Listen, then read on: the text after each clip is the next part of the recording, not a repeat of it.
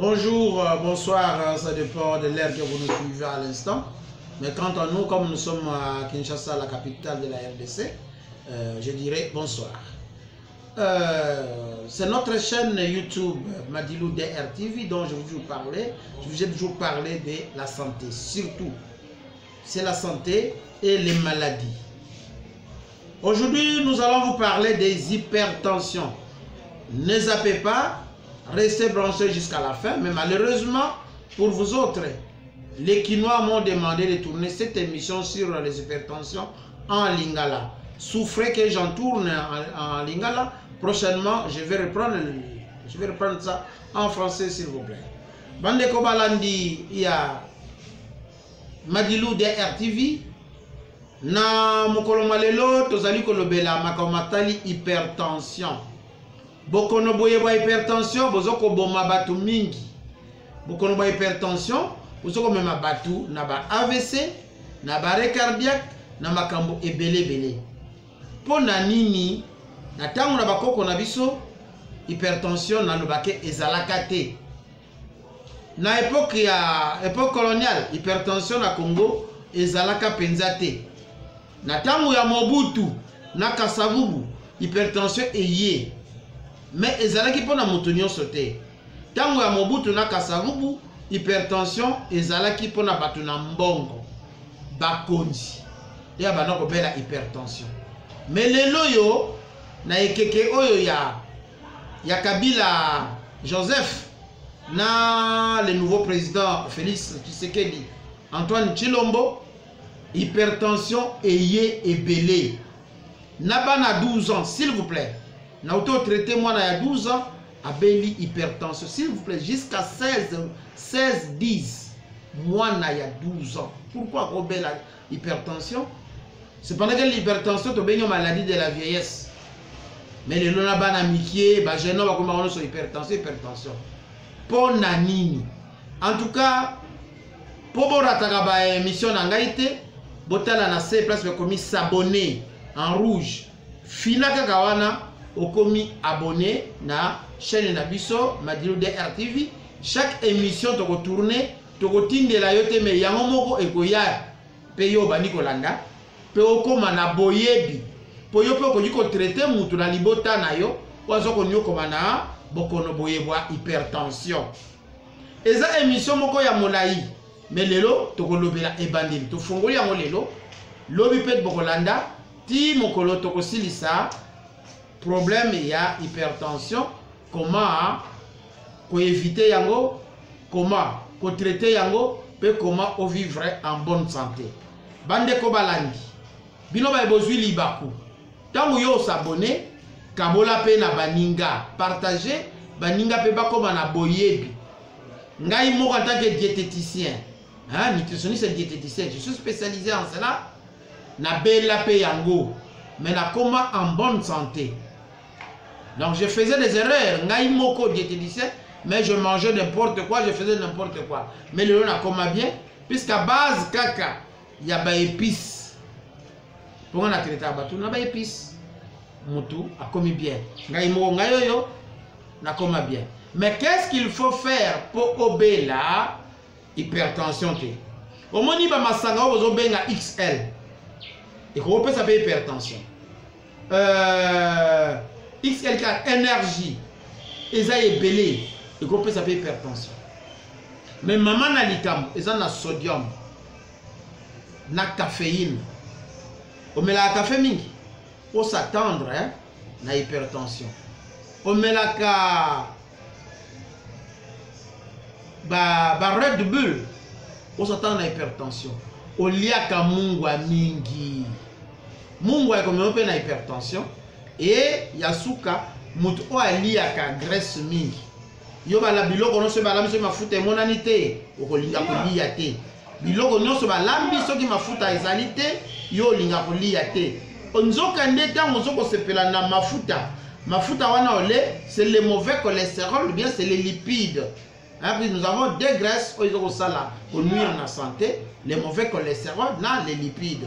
Les lipides, non, mauvais cholestérol, foie à métaboliser en gros difficilement.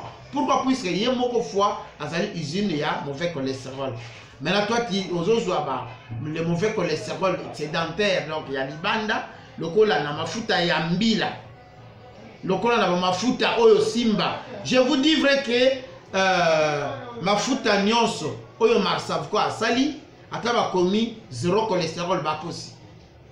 Ezali na cholestérol, mais kolambela mafuta ebelete, mafuta ya Marsavuko eza mabete, eza malamu. Mais yonde muto komisa ngo mabepo oti ya mafuta ebele na biloko lambela mafuta mukie pourtant bo kabola bolemu moi mon cholestérol muke moyen nuire dans la santé ezate na lobite ke bolambela mafuta Marsavuko te bolambela yango me boti ya mafuta mingi te na bilubu na bino moi mafuta mukie ekoki po epesa moi lailai. Alors les hypertensions, oyebi hypertension ce qui m'a comme déjà na 14 au-delà, ils ont mabé. Tension ya malam 30 à mois, voilà le pona ngai, ça va varier entre 11 et 12. 11 et 12, c'est une bonne tension. Mais quand une fois que la tension va commencer à atteindre 13, sachez que au baniko comme na bokono. Bokono mabé boyeboa. Hypertension. Hypertension, ils ont baby sabato mingi. Ils ont kata ba veine na ba venir ya cerveau na yo. Surtout si tu es trop nerveux. Muto silika pamba. Tension comme attend aux na kanda veine pe na kanda cerveau ko ne katani osali AVC. Basusu. Olingi ko liya mungwa mingi. Mama lamba ki biloko atia ki mungwa. Toi tu as encore de ressaler à table. Il est interdit de ressaler à table. Et vous devez avoir les habitudes. Il y a comme la maille ebele. Mais la maille ebele dans le bâtiment iso. Mobile il faut mais la par jour 2 litres et demi à maille ou plus. Mais pas du coup. Il faut mais la mode d'une façon modérée. Malembe toute la journée. Mais là 2 litres à maille nandambu. Tout peut 3 litres nandambu ma bezate. Pour nabino ba maman. Si vous avez la maïté, bon mais la maï. Maï, baba mundela lobi ango, ezali, c'est bon pour la santé. C'est bon pour de l'eau est indispensable pour le transport des nutriments nécessaires dans nzoto ya mutu.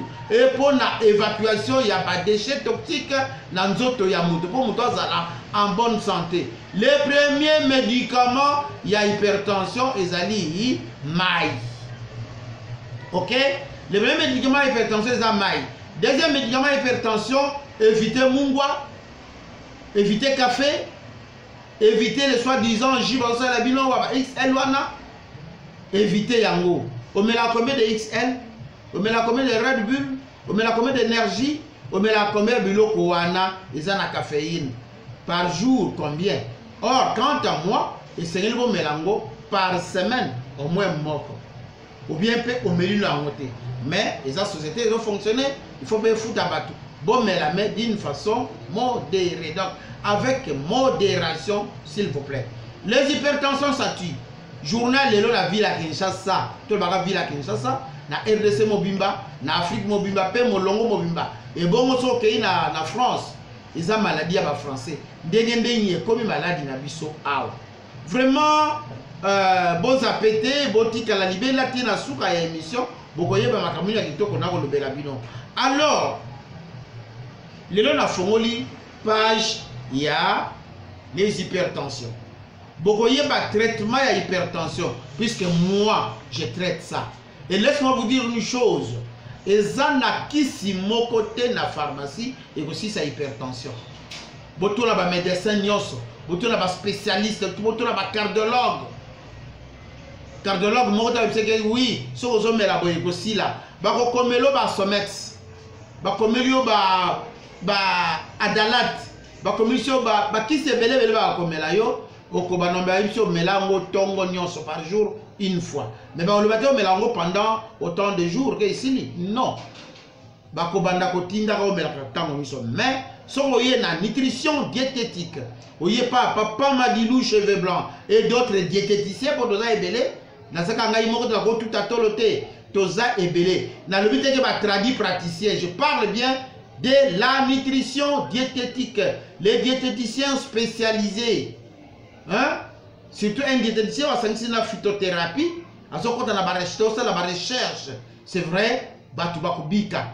Beaucoup d'oignons se pas en Zambé, et Zoaka, traitement, peut biki. Mais dans la médecine, il y a des maladies que nous appelons les maladies chroniques, les maladies syndrome X métabolique.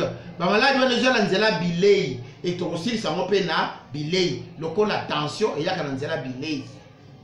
Aussi ça m'appelle na bilei. Rien qu'avec nos épices on va balamba bateka kana wenze. Ne yangoana to traiter bino les hypertensions, pe bobongi. Attention, na tindi bino ba épices emballées. Les épices fabriquées là, il y a du sodium. Dans les bouillons là, plein de sodium. Na tindi yangote, mais ce qu'on montre que yo lia kango, lia na yo. Promesa te mais to photo ke bisaka bino.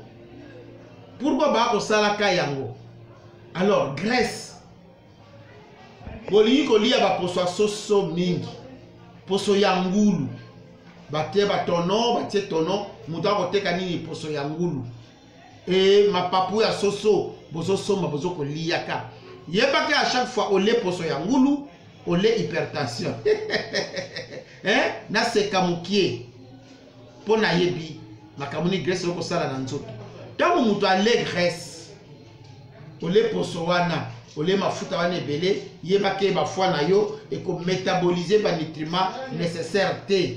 Hein, foie akokoka penza ko métaboliser nini te akotanga métaboliser akotinda ni na nzoto na yo akotinda ka mafuta na mafuta ntango ko keleti na ba veine no eko ko sa ba veine à la pression artérielle donc c'est-à-dire matériel ko changer vitesse mutu hypertension et bandi na banza lelo boyoki pe bolandingai pona hypertension nazo chité mais boye baké o ezali ebandeli ya hypertension lobi kuna bokolanda comment éviter les hypertensions, comment traiter les hypertensions et comment mutu o asali AVC akosala nini pour se rétablir pe adzonga ndenge atambolaka ezalaki bongo wabino papa Madilu Don Rémy papa na badon papa na bana ebele pe na nzela masini mwana na ngai moko Rabi nde asimbi ba image botikala malamu boboto omboka bino tokutani mokolo mozali koya mais bo s'abonner pe bo partager baninga pe bayeba bakoma na boyebi lokola yo natoni bino botoni katanzambe apambola biso bonse merci.